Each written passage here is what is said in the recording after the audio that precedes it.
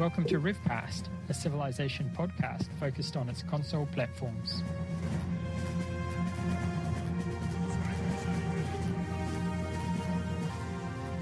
El Thrasher? Duplo, 1987. Got a yes? Redaf.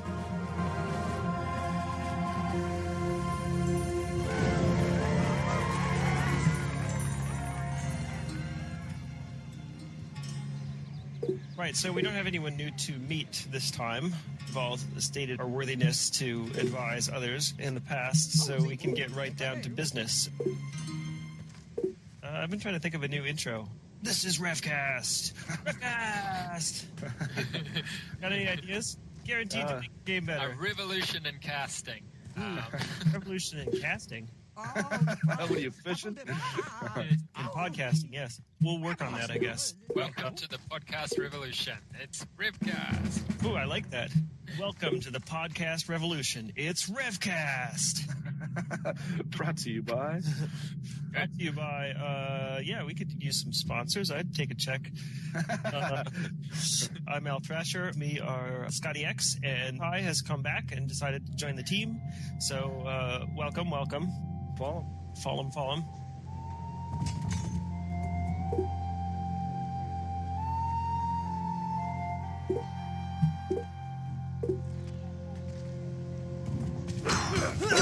Let's go on to the Civ of the Month. It's a fun Civ to play. I think they're very powerful. A long time ago, I wrote a strategy for this Civ, but I wouldn't recommend anyone follow it now. That was a long time ago, and I play differently now. We are talking about Germany. Yeah, great Civ. Very strong Civ. Good Civ in head-to-head because there's only one person to kill. Good Civ in free-for-all because you can do a lot with very little. You end up next to another Civ, then they're in a lot of trouble. Good Civ in the early game because your warriors are veteran. Good Civ if you're a little bit behind in tech. Amazing Civ if you're ahead in tech. If you're leading in tech with the Germans, it's pretty a short game. Yeah. There have been statements to the fact that the Germans, when used correctly, are basically top tier or just below the top tier. And I don't know, I've had enough kind of terrible games with them that I wouldn't say that's always true, but sometimes you can just be so powerful. Their advantages play well to a really aggressive strategy, so those times that you're going well, the other guy will feel the pressure really quickly, and it seems that you're doing incredibly well. You know, suddenly a huge number of warriors armies turn up, and you're in some big trouble really early on. Yeah, one of the things I like about playing Germany is that you can never really go wrong making warriors in Ancient. With some of the other civs, if you spend too much time building warriors, it's just kind of like, why did I build all these warriors? Now I have 19 warriors. What am I going to do with 19 warriors? But with Germany, that's great. We'll be 19 legions or 19 knights or 19 tanks, and that's really powerful. Hey, did you know that the Germans have a whole bunch of unique units? They have Panzer tank, 85mm gun, Hinkel bomber, and Me-109 fighter. Wow. Of course, none of that matters at all. Right. Doesn't make any difference. Yeah.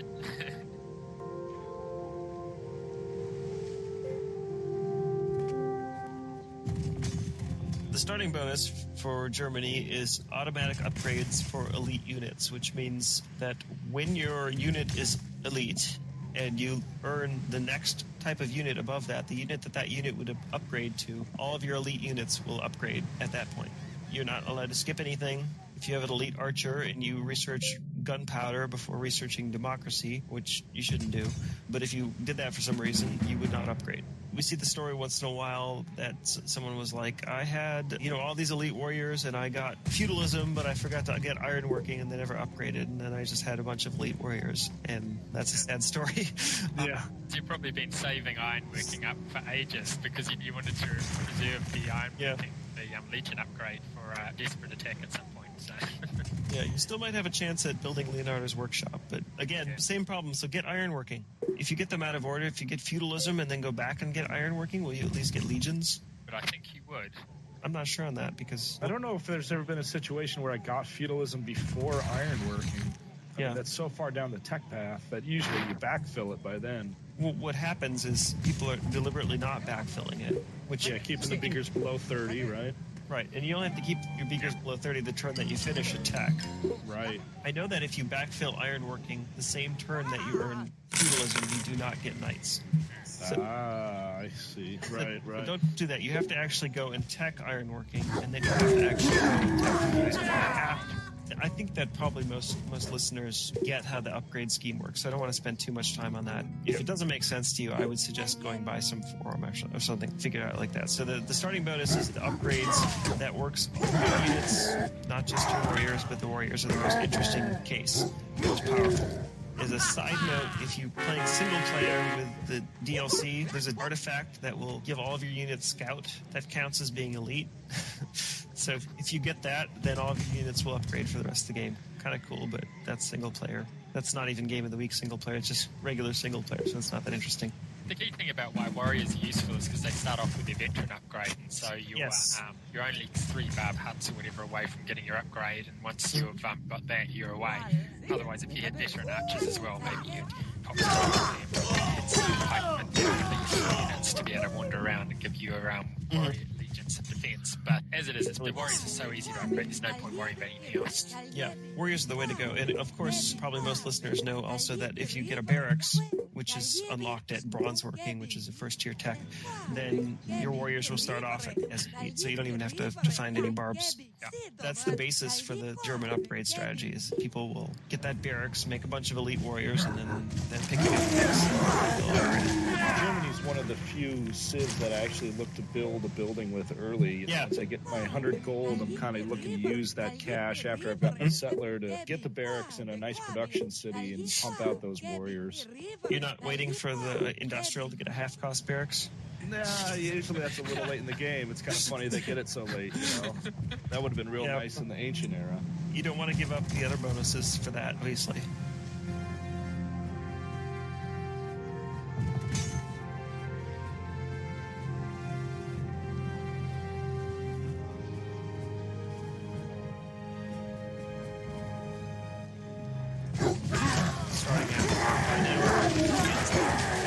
Settler mover.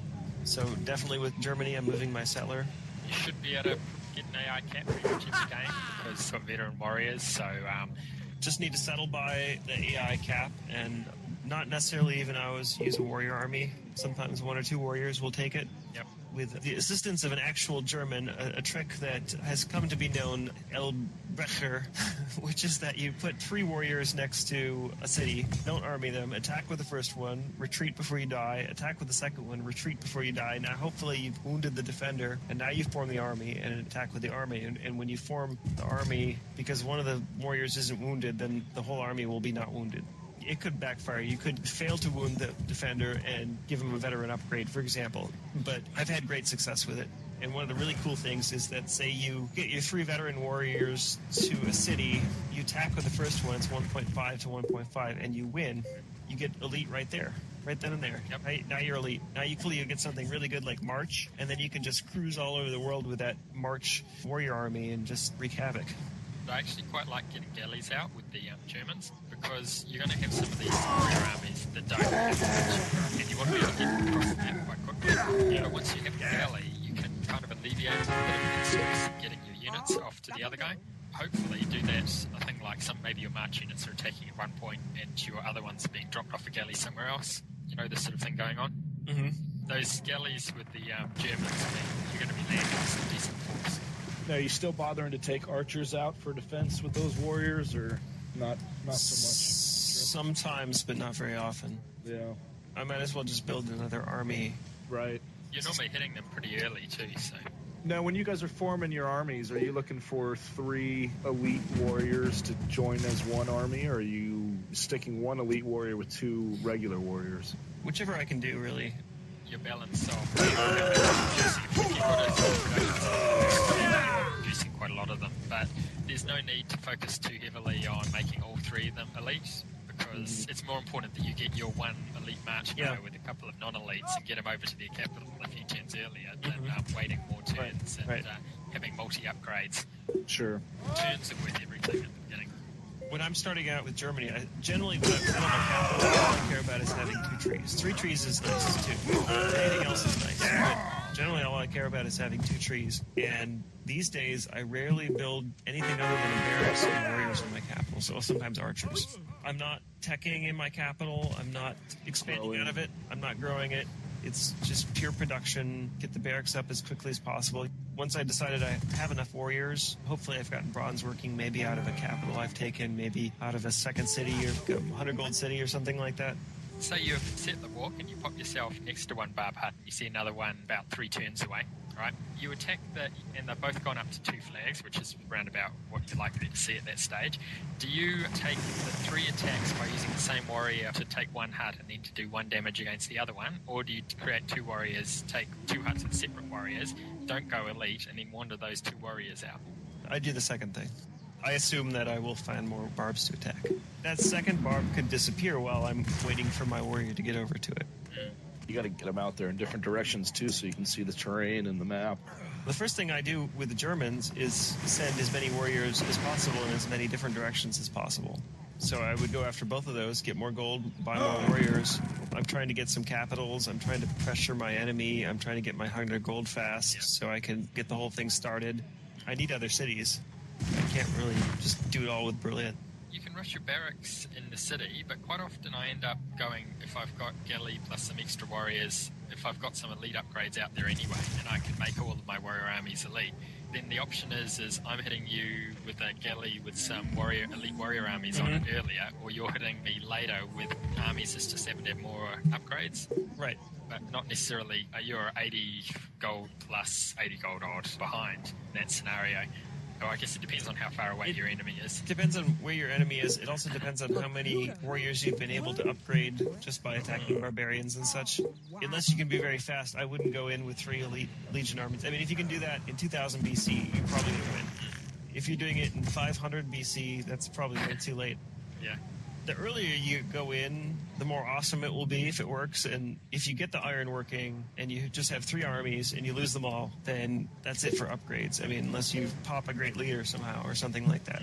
Take stock and say, how long would it take me to get knights? Would it take me 8 turns? I mean, 8 turns to have units that are twice as good on attack, twice as good in defense, and twice as much movement. Is your opponent going to be able to come up with a counter to that and say, well, I have died to your halfway good units 8 turns ago, but now that 8 turns have elapsed, I'm totally set. I mean, I think that if you manage to pick up Code of Laws by attacking Rome or something like that, that's going to speed things up. If you get monarchy, of course, that's huge for the Germans.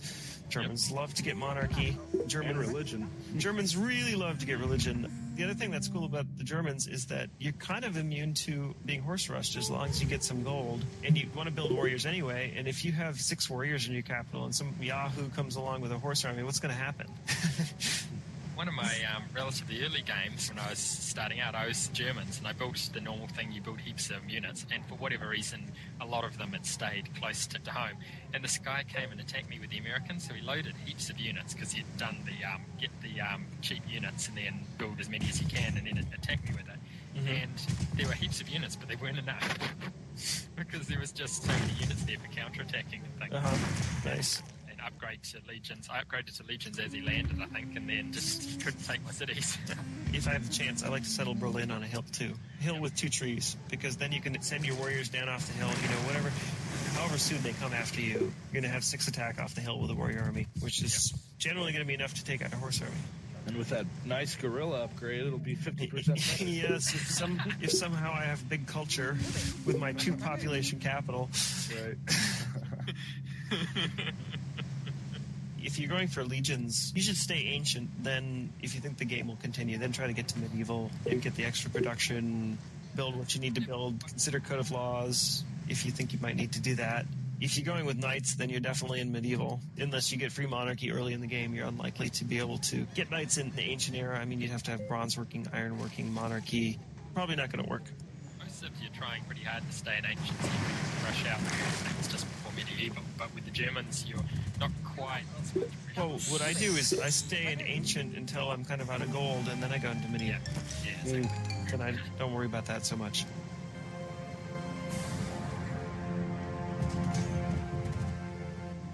Those are really awesome bonuses, and Germany gets another one in medieval, which is +1 forest production, which is just a huge bonus. I mean, it's kind of funny that it almost doesn't matter. if you have a good ancient era and you're going to have a bunch of Legion armies and maybe a bunch of Knight armies on your opponent, kind of doesn't matter that you get a production bonus in medieval, but that production bonus is still really nice. Generally, until the late game, doing all your production off trees, it's a plus 50% everywhere. It's like free communism after 5 techs with no drawback. Really great bonus. It's great for storing hammers, too, for those future, the Oxford trick or any of the others. My old German strategy, which I don't recommend people follow anymore, was basically to just expand a lot and build libraries using this production bonus. And I won all the time using it, probably because my opponents just simply weren't expanding enough. Well, I mean, actually, when you start expanding, suddenly you're putting in 3 forests as opposed to 2 forests and deducing those settlers, which are then coming off your 2-pop cities and forming another one for 3-pop somewhere and then spinning off another one. Well, that makes you one of the best expanders. Right. Germans can expand very quickly with all of that production. If you have 6 per turn, then it's going to take you 3 and a little change to get a settler, whereas anyone else would take 5 turns to get that city. And that in combination with the fact that if the other guy is good, he knows that your defense could be very strong as well, because your warriors and upgrades to legions. I used to try to out-library Chinese players and do it pretty consistently. Because, I mean, the fact is, if you're building your libraries off forests, the German production bonus is almost provides the same savings. Of course, China gets 3 literacy and +1 population, and those things that made those players that lost to me shouldn't have, but they did.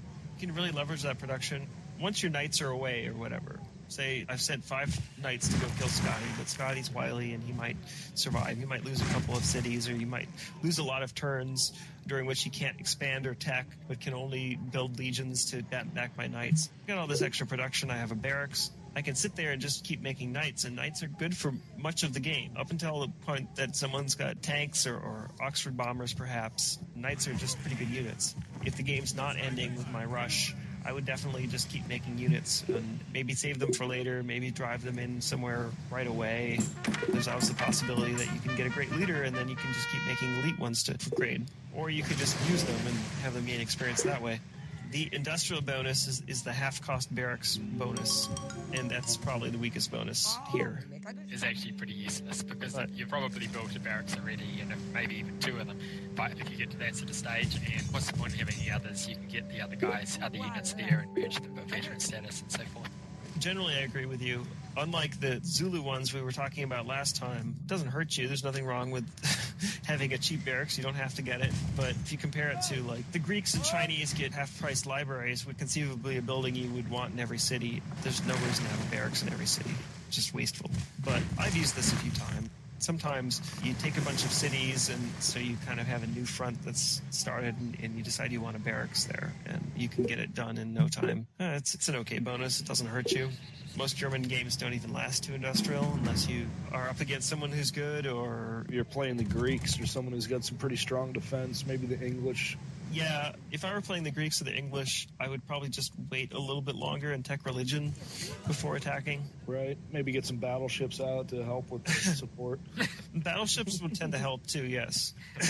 Cruisers, I meant. The point I wanted to make there was that if your game's running long, keep using the production. That's your advantage at that point. You may not have many more units to upgrade. You may not be able to get to tanks anytime soon, but you still have awesome production. You still can build a lot of units, and that can make a big difference in the game. And then the modern bonus is 2% interest on gold, which it gives you a little extra gold every turn. It's a fine bonus. Get that econ victory. There's nothing wrong with free gold every turn. I mean, it's a good bonus. I like it better than the plus 50% gold production penalty or bonus. That's been talked about on this program before. But you have to be sitting around with a decent amount of gold in your bank to make a lot of use of it, which implies that you're not using your gold. You do. Downside there. But it's a bad bonus. It's okay. Start working on an economic victory. It's not going to amount to very much, but only the English and the Americans have great modern bonuses anyways. Yeah, right. This one's okay as far as modern bonuses go. But again, I know I used to get to modern in games with Germany because I would do economic victories and such, but I don't anymore, so it doesn't really matter. Hardly ever do I find German games going beyond ancient even. It's warriors, and if not warriors, then legions, and actually pretty rarely knights. And then if it gets past knights, then something is not bad. Or someone has done something really right. It can still be hard to play against America or China. Oh, yeah, great Civ, because your first 3 bonuses, which are the ones that matter the most, are all really strong. and no real weaknesses or any problems or deficiencies.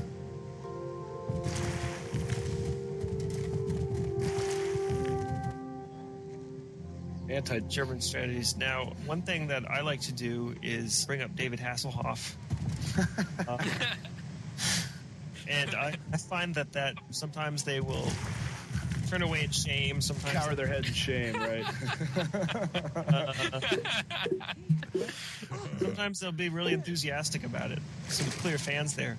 That's the best strategy. But if you're unable to bring up David Hasselhoff... You mean if your German playing opponent isn't actually German? Yeah. That's the problem. Yes. I had some thoughts when I was playing Mort.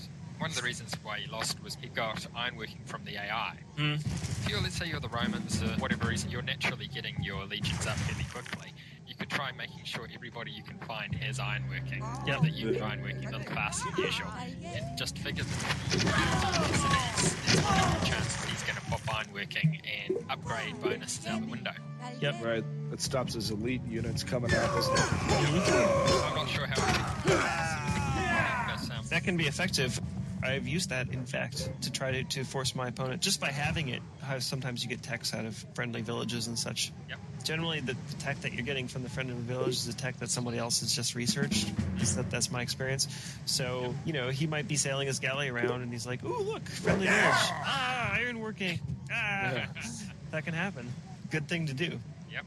And also, your ironworking will come in handy if you need to repel him when he gets to you, because he's just more likely than the other civs to be beyond you with a good attacking. If he's coming at you with legions, then that's 4.5 defense, which means that even just a 6 attack legion, or better yet, come off a hill, 9 attack, you're going to kill his armies. And remember, his armies are more important than yours, so kill them. If you're sitting in a capital, you probably leave them all separate, and you'll do your El Breacher or whatever you want to call it on as he comes in to try and take your capital. Yeah. I'm not sure if you call it that when you're defending a capital. Maybe. You could try that, but you have to be a little bit careful, because if they come at you with March and you just have 1.5 defense legions in your capital, you can get overrun by an infiltration army. You're going to want to chuck in that archer as well, I think. Sure, but if he's marching blitz, he could expose you. Well, what if he comes with 2 armies? 2 March infiltration armies, or the first one doesn't have to have infiltration. Just a March army comes up, kills your archer. Got 2 archers then. Now you have 2 archers, I see. And a battleship fleet, right?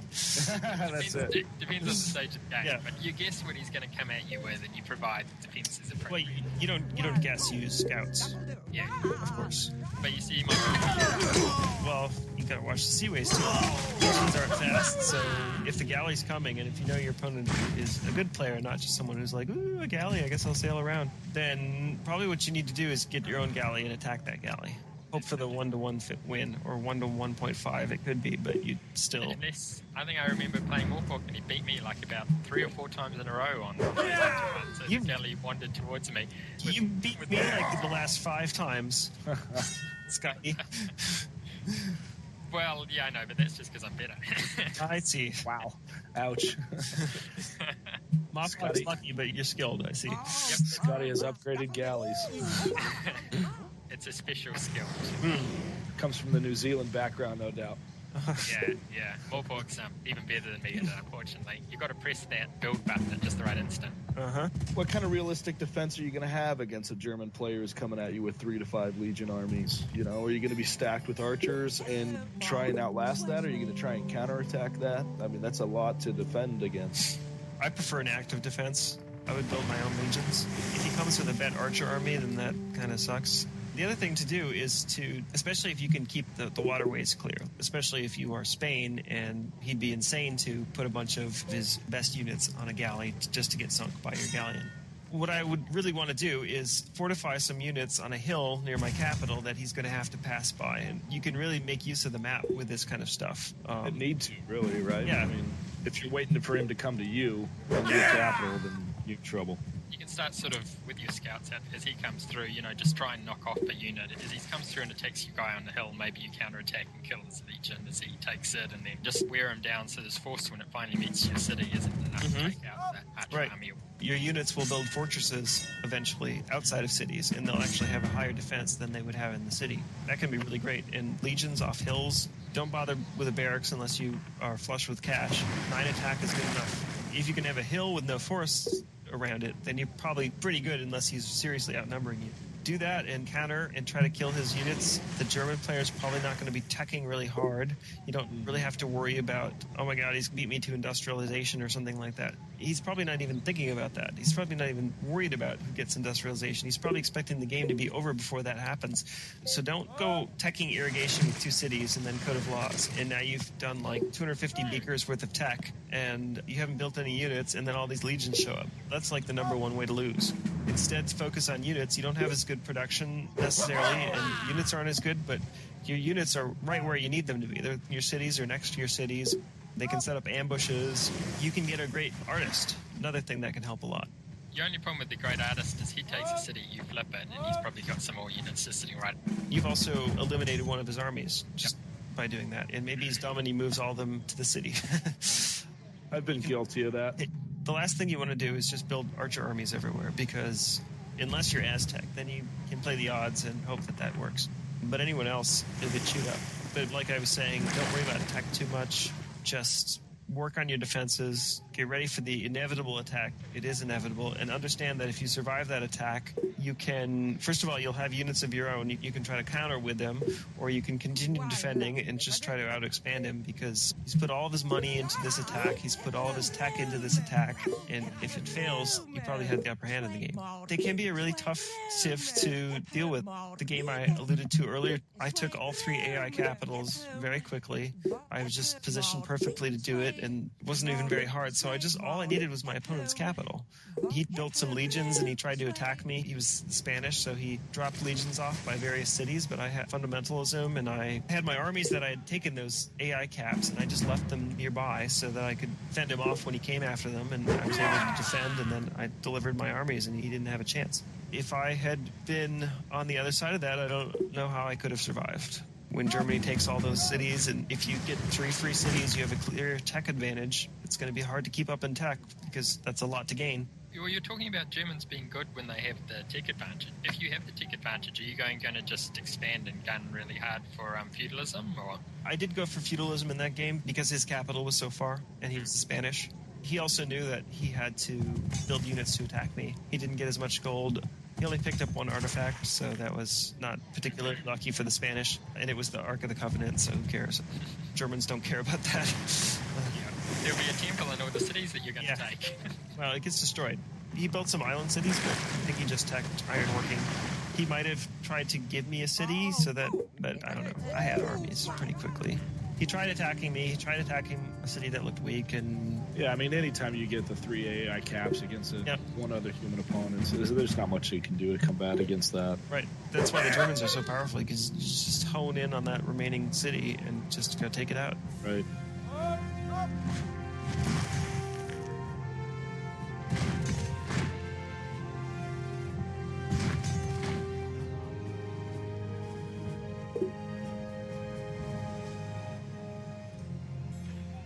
What else? Anything else? I think that might be it. Yeah. Well, thank you for joining us on RevCast.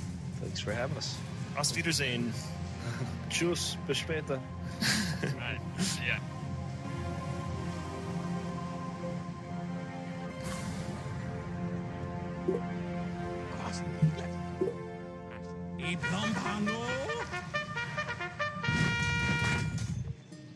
I should have counted that before this episode. Edit that out, Dan. I mean, whoa. Sorry. Is that what it is? Something like that. Something like that. Just Google it. If you don't know how to Google it, well, I don't know. You're just not going to do very well in the training. Thrasher's answer for everything. Personally, I would probably not. I would probably not wait most of the time. I don't know what that was. Something fell off, don't worry.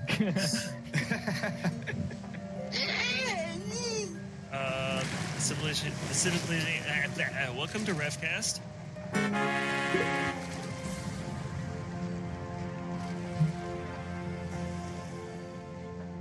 For more information about RevCast, sibling shows Polycast and Modcast, or about Polycast in general, log on to the series' official website, polycast.net.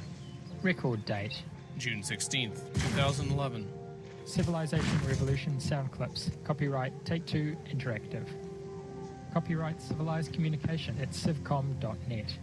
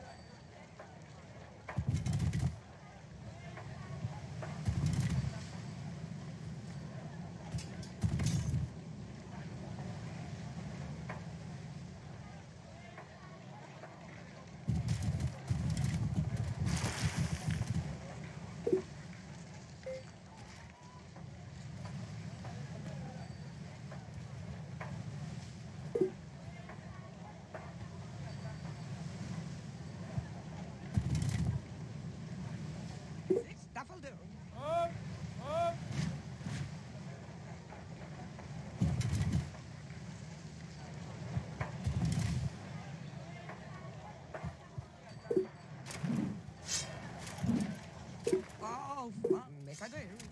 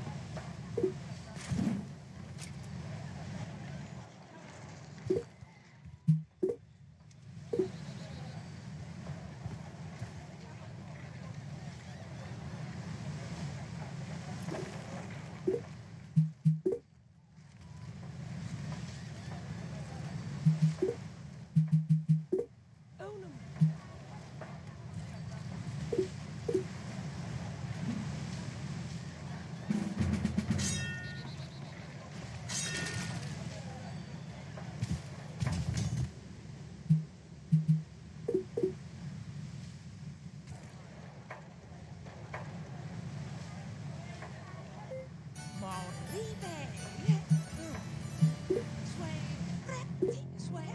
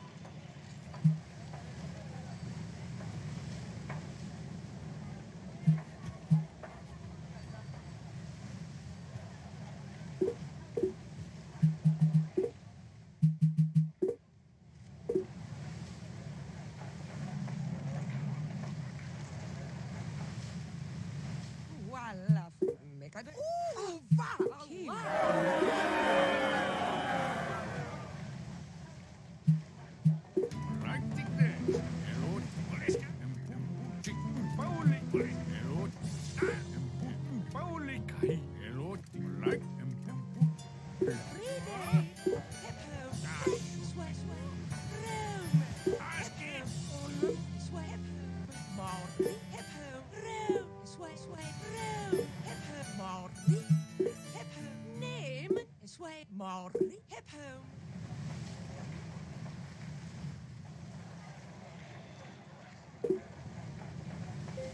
Key ray onum group. Ooh shum. Follow follow. Hip hooey.